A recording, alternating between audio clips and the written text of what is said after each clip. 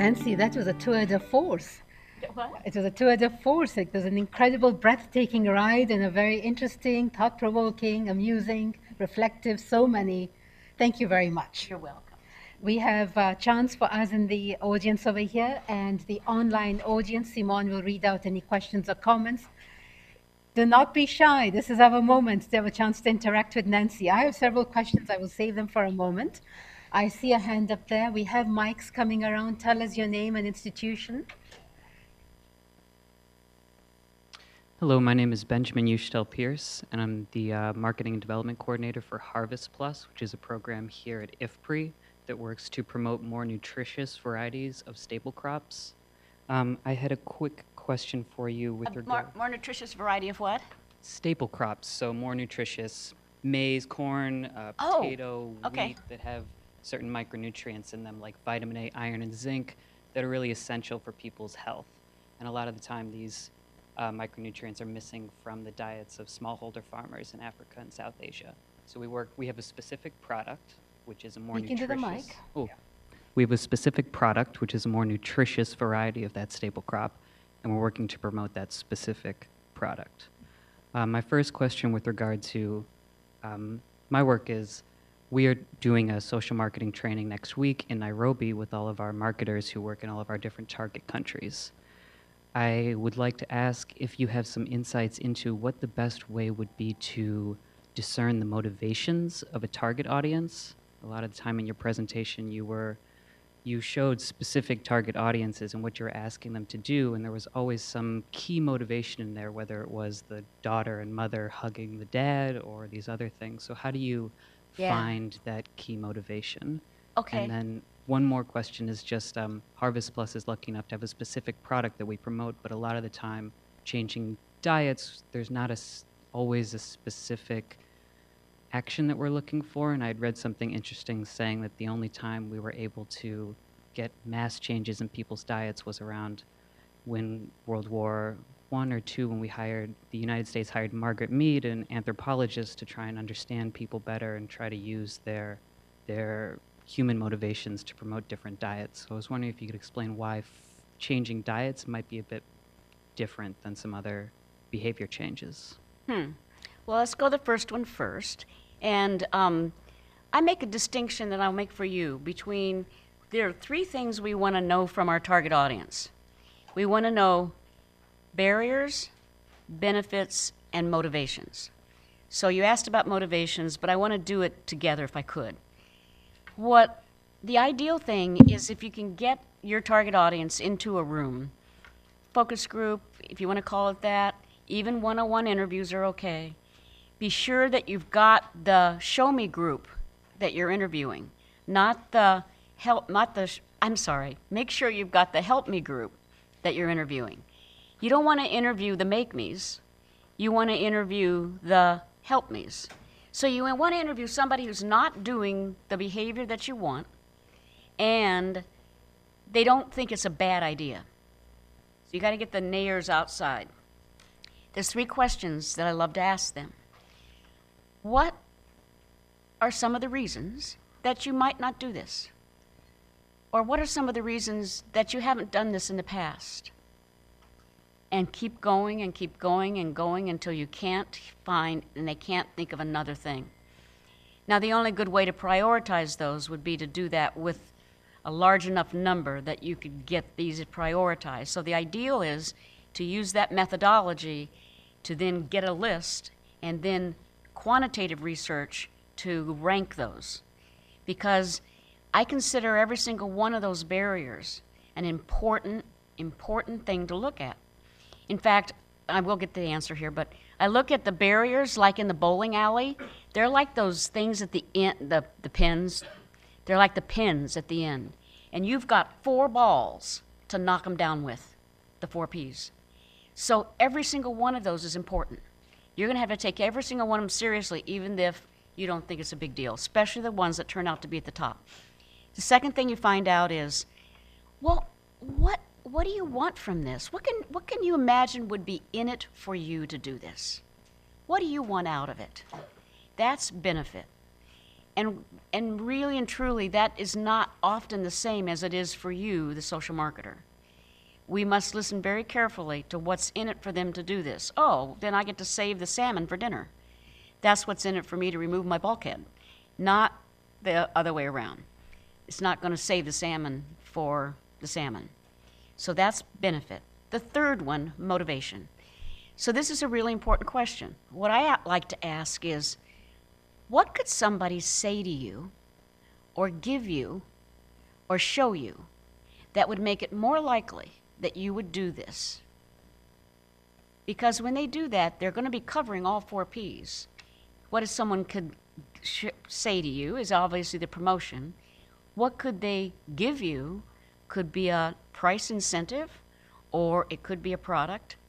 What could they do for you? You want to ask those 3 questions, and that actually is the food for your strategy, right there. They're actually giving you their perspective on what's going to motivate them to do the behavior. So does that answer the question about motivation? Okay. So your second question is about, do you treat it any different when you're trying to change diet than you do when you're trying to change behavior? Do you still have the microphone? I'm not. Yeah, that was. It was a bit about the difference between if you're promoting a specific behavior or product versus changing a diet in general. Well, social marketing is focused on a very specific behavior, because when it's like eat right, eat healthy, exercise, be environmentally responsible, it's way too broad for us. So we need to get down to a specific behavior. The behavior might be an avoidance of something, which would be a part of a diet, or the entrance of something. But we've got to get down to that very, very micro level of an action that you'll know if they did it and they'll know if they did it, that it's that clear. Eat 5 fruits and vegetables a day, half a cup each, or I'm sorry if I got it wrong, but something like that. So down to the very specific, sort of like the Small Steps campaign was down to, we focused on one of those at a time. Okay, next. Thank you. Please, the gentleman here in the front. Okay.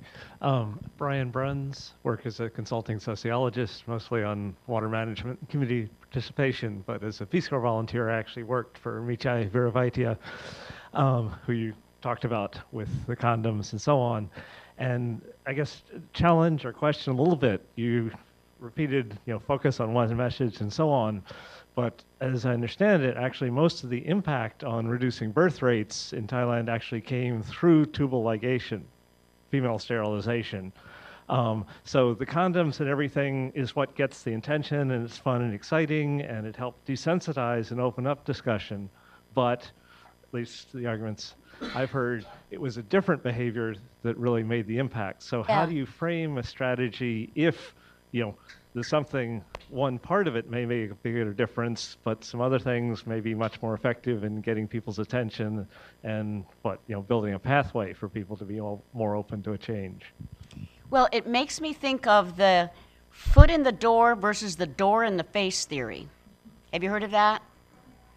So we learned it as marketers, that you can either do a door in the face, like you need to exercise every day for an hour a day, because that's what we really want people to do. That's a door in the face for most people. Foot in the door, especially with somebody who's only exercising 2 days a week, 10 minutes at a time. How about 3 days a week, 30 minutes at a time? So what I think sometimes it depends, and there is some science about which one of those you use. If you have an opportunity to negotiate, like a car salesman does, you do the door in the face. And then you negotiate down to something that they feel like they won, because you worked with them and it came up to be their idea to do that behavior. So if you've got an opportunity to negotiate, like a doctor would, or a teacher would, or a counselor would, you start with the door in the face and then get them down to the level that they're willing. Otherwise, you start with the foot in the door, which very well could be the condom, as opposed to the sterilization. I would have to say, though, I would think that the sterilization was certainly made more possible by him making it more of a norm in the culture to do family planning. Yeah, okay. Thank you. Further hands, there's a hand at the gentleman with the green shirt. Should I don't know if I should Please stand over stand there. up. I All right. don't know if you're, yes, so she can come and see you. Yeah. Hi. I'm Chris Armstrong with the National Association of County and City Health Officials. So right now I'm doing research on raw milk consumption. Raw milk? Raw milk, yeah. And what I'm finding is that, you know, my sort of preconceived notion was like, okay, it's like rich people kind of, you know, taking a libertarian streak or something. But actually, a lot of the consumption, like especially in Western states, is apparently by like Hispanic populations, like working on dairy farms. And in general, like I guess most of this raw milk consumption goes on in rural areas. So my question was, you know, as far as marketing efforts, I mean, when you have an urban sort of, you know, a conurbation of a lot of people where you can reach a lot of them effectively, when you're dealing with like a rural area, you know, how do you get sort of higher rates of contact, I guess? I mean, when you're dealing with people that are out on farms and stuff, and maybe they come into the city occasionally or something. And then my second question was, I guess, cultural factors, like especially with like, you know, Spanish-speaking migrant workers, you know, and they may say like, well, you know, that's just how we did it in, you know, El Salvador or whatever. You know, how do you sort of work that angle, I guess is what I'm getting at. And just on a side note to that, I guess the thing that scares me, I mean, I'm not so concerned with adults making the decision to consume it, but a lot of times when they have their families and they'll like take some from the holding tanks and then take it back home and give it to their children, which account for a lot of the cases of foodborne illness for raw milk. So how do you, I mean, you know, it's sort of like involving multiple people, and I mean, there may be language barriers. I mean, how do you go about doing that? Yeah. Well, first of all, I would want to see a lot of data about that group. I'd want to know a whole lot more about not just their demographics, but also some other stuff that would tell me what percent, which ones were the ones. There's this great phenomena we use called the doer versus the non-doer research, where imagine two columns where the person who's doing the behavior that you want, not doing the pasteurized, versus, I mean, not doing the raw, how do they compare to the people that are in the same location? In the same location. What makes those two different? And that would be, so there'd be some raw data that I'd want to look to first. That would be... No pun intended. No pun intended at all.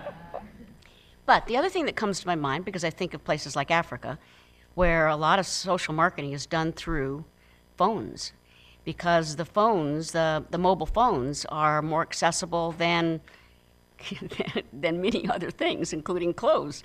So social media is probably one of the better routes to go, and to find some kind of a social media distribution channel. And again, that's where you'd have to know more about them to know which one would work best. But there very well could be an influencer, be it somebody on their Facebook or somebody that they could Twitter.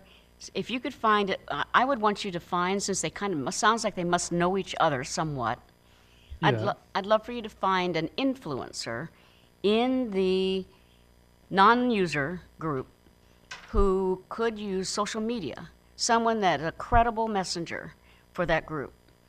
Oklahoma recently did a campaign that got people to go from whole milk to 1% low fat back by using this basketball player whose name was Perks. And he basically had a campaign called 1% has perks. And so it became he was very powerful in this message. They did cutouts of him in the grocery stores. And so I'm thinking an influencer for you. And I'm also thinking if it were me, I'd want to know some more hard data about the profile of that group versus the other group. Doer versus non-doer. Thanks. Thank you very much. I have a hand here with Schengen.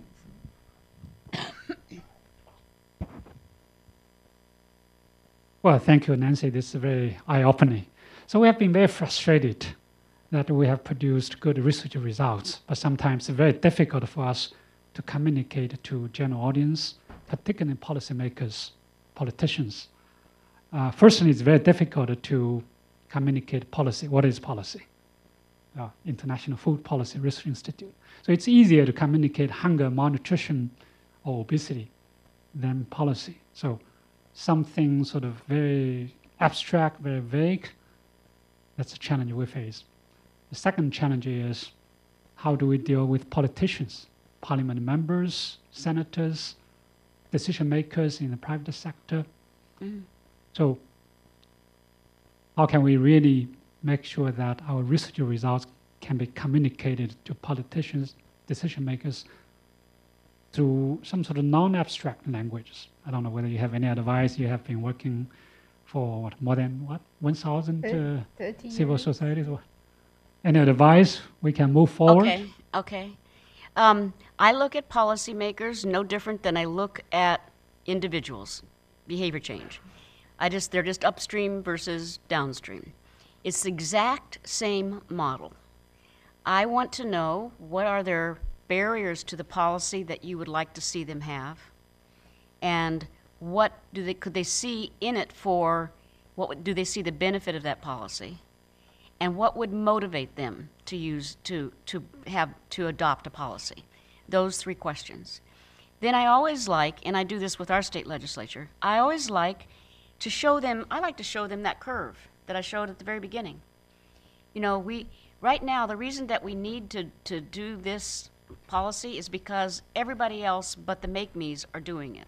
Or, also, I like to argue when you don't need a law. What you need is a quit line. What you need is something else that's going to help do the behavior.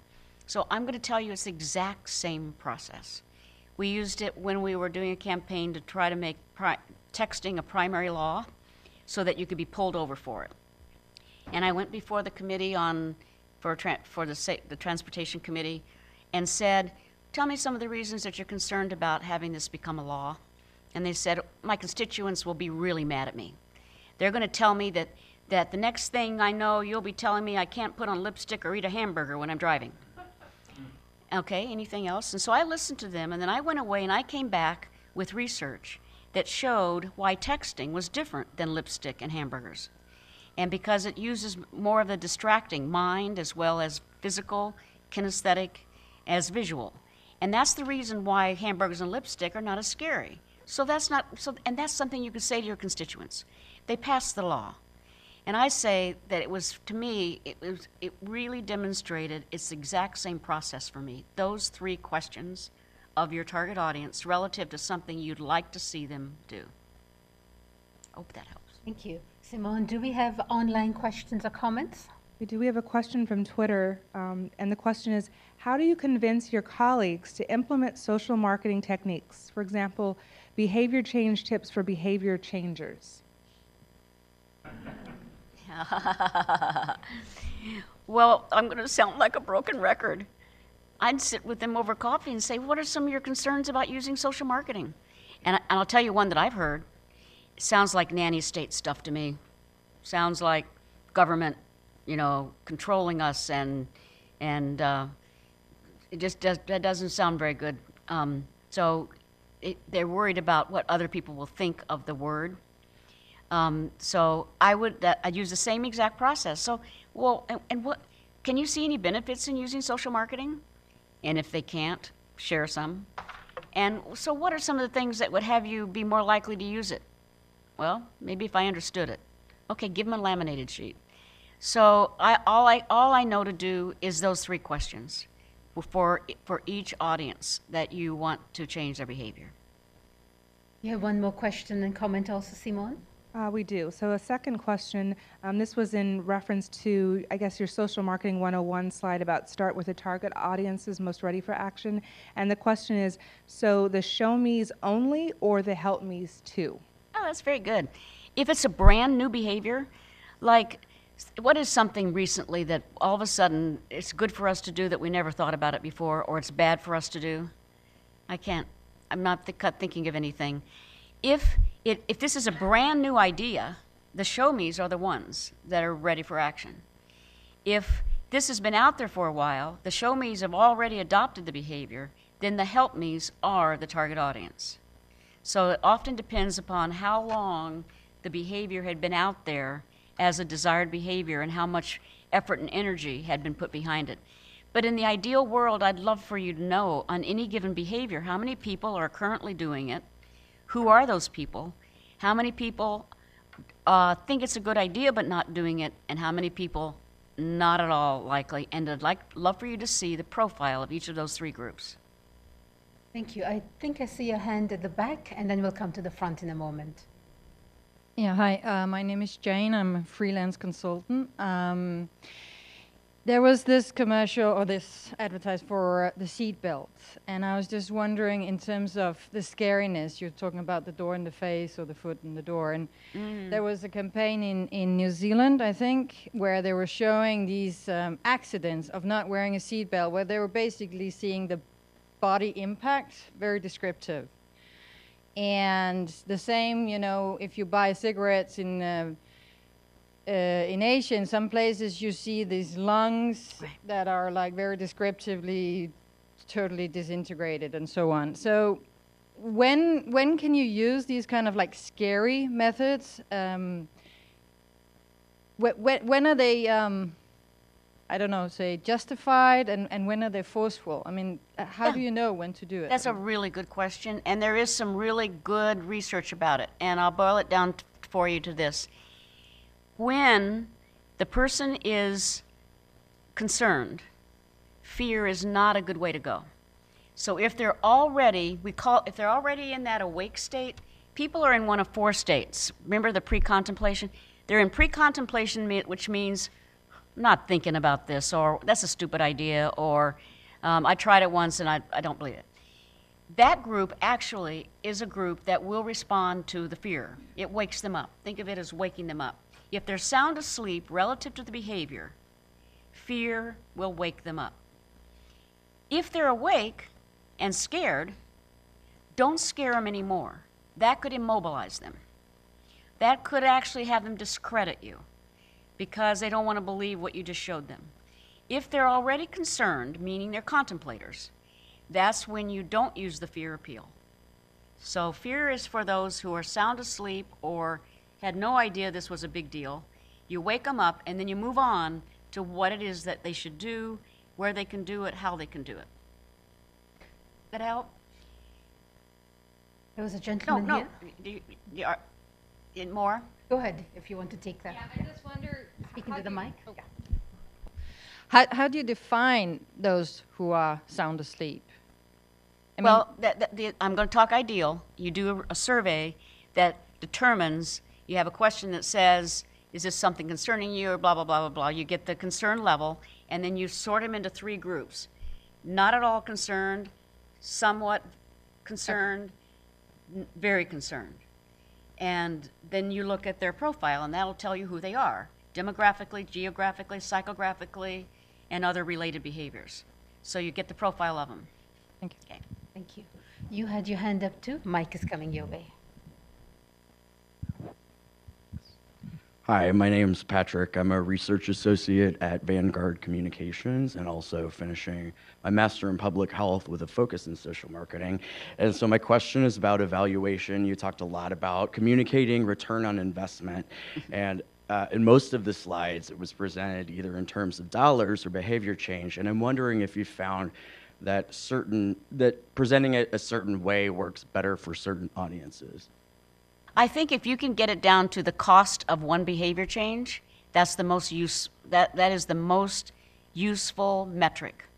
So this shows us that out of this campaign, it cost us $105 to get somebody to buckle their seatbelt. Or it cost us, so you measure how many people change their behavior as a result of your intervention, and then you take the cost of the intervention, and then you divide it by that. That to me is the most. You can then talk about return on investment. But if you could just get it down to this behavior will cost us $99, but you know what it's worth to us? $900. That would be magic. I want us to get there. And I want us to have a database of that. That should be something we should all be able to tap into. This effort, but this effort, it costs blank to get that behavior change. Every federal agency, like a CDC and a Department of Transportation, should start collecting social marketing campaign data and have that be available for us. Make it happen. Thank you. We had a hand up here, Tanuja. Hi, I'm Tanuja with the World Food Program. I'm very fascinated by your discussion today, and as an organization that works in 80 different countries around the world and implementing food assistance programs and that often focus on nutrition of young mothers and children, I feel this type of element is so critical to making our programs go further, particularly on the education and social marketing, and ensuring that the messages that we're working with in terms of the right foods and right nutrients go much farther. My question to you isn't on convincing of the importance of social marketing, is what are the resources that we as an organization can tap into so our implementers know the basic elements and principles that you've outlined here? It does seem like there's a bit of a science here and a bit of a proper methodology that we would love to tap into. My first and best resource I'd recommend to you is the website for the International Social Marketing Association, ISMA. The website itself is worth the membership of, oh my gosh, $49 a year, I think it is. They do practically now monthly webinars. I've done one every year. They're free to members. They do webinars on social marketing, a different topic each time. They also have journal articles and resources on that website. They have conferences that list all the different conferences around the world.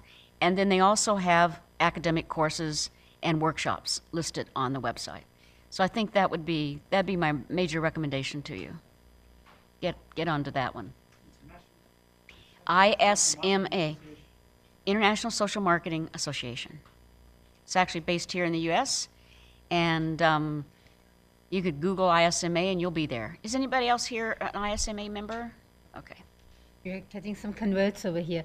Yasser, before I come to you, I actually have a follow-on question of my own. Nancy, if I may ask, it's a twofold question. Okay. One part of the question is the evolution of social marketing and how, in a sense, as that industry developed, is it, how do people, is it very much a US-centric, is it global? And in the part of the world we work in, Tanuja was referring to, developing countries, how do you get demand for social marketing help? So is it supply, demand driven? How is this evolving? And what advice would you have for people in non-US, non-European parts of the world to get engaged? Well, the ISMA is actually creating regional social marketing associations. I believe that there's one being formed in the Middle East as well as in Africa. And those will be valuable because they'll do annual conferences. They might even do, as we do in the Northwest, quarterly forums where social marketers get together. So that would probably be the major way that they would find out about this. And how large is this industry? Is it small? Is it large? The origin part, yeah. So it started back in 1970. A professor at Kellogg in north of Chicago said, why can't we sell brotherhood like we sell soap? Why can't we use the same he was a marketing professor, why can't we use marketing for good? And so he and his colleagues, Gerald Zaltman, came up with this thing called social marketing. And they defined it as marketing that would change. He didn't define it exactly as changing behaviors then, but would be marketing for a better world, marketing that would make things a better place. So that was in 1970. It went there pretty much into the health area, used for HIV/AIDS, used for tobacco, really caught on pretty well with the CDCs of the world, with the World Health Organization. Then it started being caught on by injury prevention, be it accident prevention, transportation. Then I think it evolved in the last 10 years. It's been really lit up the environmental world, where recycling and energy conservation and water conservation has been big. And now the World Bank is also infusing this into financial behaviors. So inspiring individuals to do behaviors financially that will benefit them and their financial well-being. So I'd say it's evolved from health to financial, and it's evolved. If we had a little map and we just showed little pinpoints, it's clearly used most in the United States, Australia, and in Europe, where there are very strong social marketing associations, as well as academics, as well as professionals. Thank you. It's fascinating. I think it's a follow-on to Shengen's comment also in terms of how to put this to work, also for hunger and malnutrition and so forth. But I see hands over there, Yasser, and then I see the other person. Okay. Thanks, Rajul. Thank you, closer so we Nancy. can see you. Yasser Islam with Harvest Plus. My colleague Benjamin already told you about our efforts to improve nutrition through food. And so the question I have is, we work with a lot of nutritionists doing a lot of science around how people absorb vitamins and minerals from these new foods we're developing. And the science is often complex. And when it comes time to try and take a message out, be it to policymakers or especially target audiences, there's a resistance to oversimplifying the message because it's not accurate. And so how do you, in some of the campaigns you worked on, do you take liberties with accuracy in order to get a certain message across? Because the science is so complex and we can't, once you start explaining it, you've lost people. But there's a resistance to what is considered dumbing down the message. Yeah. So how do you get around that accuracy versus impact issue? I suppose it's in the fine print. No, often the headlines are the message that you know they'll read, and then there is full disclosure and seamless things that are in the finer print. I shouldn't say, I don't mean like 2-point type. I mean in the detail is where some of that comes out. But think back to Cambodia and think back to the lucky fish. They certainly didn't promise them that by putting that fish in their pot that they would have no more anemia. I'm sure that they basically said this can help reduce anemia. This papoon can help steer off diabetes. It certainly isn't promoted as 100% guaranteed satisfaction, but it's used as this can help. That's how I see it more often. No? Okay. Thank you. And there was a lady with a hand. Yes. And can you stand in a way that our speaker can see you? My name is Paula Whitaker. I'm from Full Circle Communications. I was involved with some of the comms that AID funded back in the 90s, Green Com, Health Com, et cetera. And one of the challenges that I find is these things take time. And often our funders are on a very short term, let's see the results now, whereas it could be a multi-year, before you see a change. And so kind of how you balance those different time frames. Wow, that's really, I'm glad you asked it. I don't have a simple answer for you, but I'll make it as simple as possible. There are stages to change. There's awareness, there's interest, there's desire, and then there's action. And if you can at least show that you've moved, even if you don't have more action, if you can at least show that you've got more that have moved through this behavior change, we'll call it. Does that help? Because that's how I would look at it. Any further comments, questions? Did I miss a hand here? Did I miss your hand? No. Okay. Let me just follow up with one more for her. Remember the litter campaign that I talked about where they call? There was no less litter the first year. There was no less litter the second year. It wasn't until the third year that there was less litter. Because it took a while before people go, oh, wow, my buddy, they got a letter. It is a $1,000 fine. Did you know that for cigarette butts? I never knew that. So it took a while until the awareness and the interest and the desire, then finally the action happened. And I don't have a magic number for you, but on average, I'm looking at 2 to 3 years to be able to show a significant changes in behaviors. And that's so average, you guys. It's not, there could be something in 6 months and there could be something in 10 years. If there are no further questions or comments, Kyra? I'm Kyra May, and I work here at IFPRI. You had asked us to ask you how you got into this field. And so I'm asking you how you got into this field. And, Okay. and though it may be obvious, what is your driving force to continue? Oh, thank you. It was back in 1977, and I was entering graduate school at the University of Puget Sound, and I hadn't decided between an MBA and an MPA, Public Administration. And I called my mom and dad. I was living in Seattle. Called my mom and dad, who lived near Chicago, and told them, I said, Mom and Dad, I'm going to go to graduate school, and I think I'm going to do the MBA, not the MPA. There was a silence on the other end of the phone. And then my dad said, where did we go wrong? He was a fundraiser for the United Way, and my mother was a high school art teacher, and the corporate world was an evil phenomenon. And I said, well, I'm sorry, Mom and Dad, I'll continue to think about it. And halfway through the semester, halfway through my marketing textbook, I read a chapter that Kotler had wrote on societally conscious marketing. I thought, oh, well, so I called him back, and I said, Mom and Dad, I am going to do the MBA, but I'm going to make you a promise. Someday, I will be a marketer that contributes to the quality of life. And they said, okay. And when I hung up, I honestly did not know how that would look and what that would be. But it has shaped every decision from the time I graduated in 1980 until now.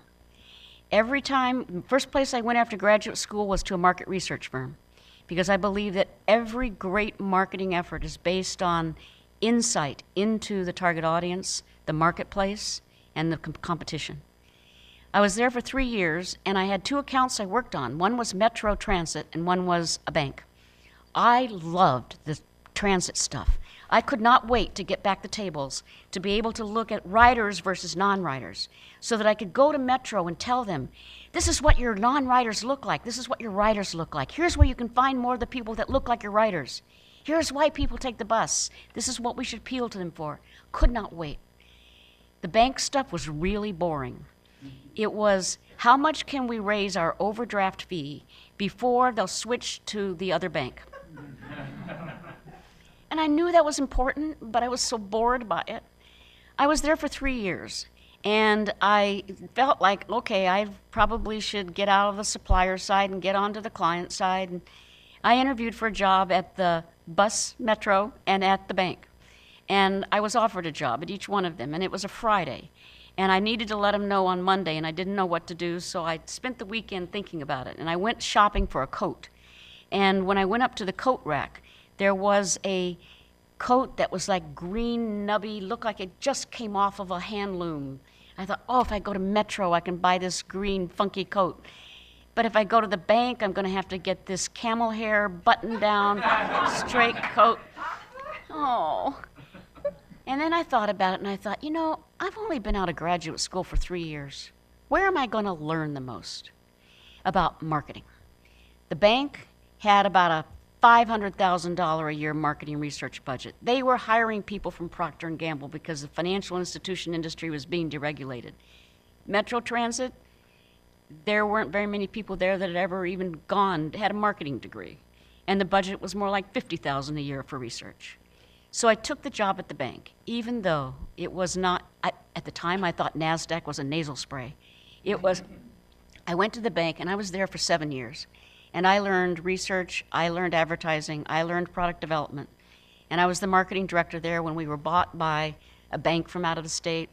And they changed our name from Rainier Bank, which is our mountain, to Security Pacific Bank. It was a California bank, and it was no longer any fun. I went to Children's Hospital. The second year I was there, the board asked us to do something to help reposition the hospital as a place not just for kids dying from cancer and terminal illnesses, but as a place for asthma and secondary things.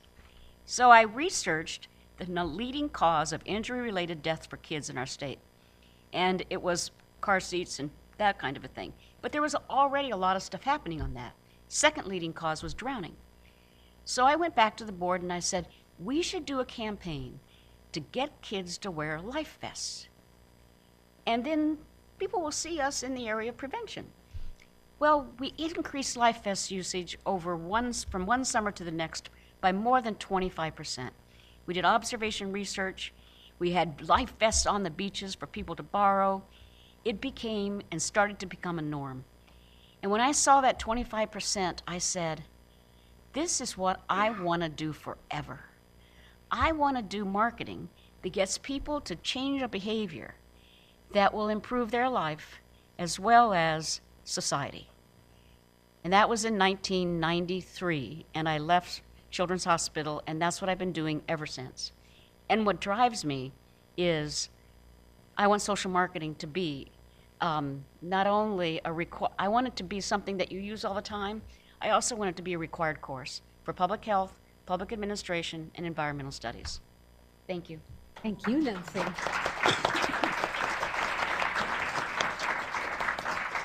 Shangan, do you wish to offer some closing remarks? You had your hand up? Did you have your hand up? No closing remark, actually a question. Well, thank you for telling us what you have done. This is it's a great, you're doing great for a great cause. Now I have a question about the cultural sensitivity. In the last 10 or 20 years, we really try to drum up the support to end hunger and malnutrition. But certain groups try to use this sort of very negative images of dying children, very skinny children. That actually, what I heard from the developing countries, the poor people said, no, this is bad for us. Where's our dignity? So how do you balance this sort of shock impact and a good social objective? It does kind of get back to the fear appeal. I'm going to tell you, it really depends upon who you were targeting to do something.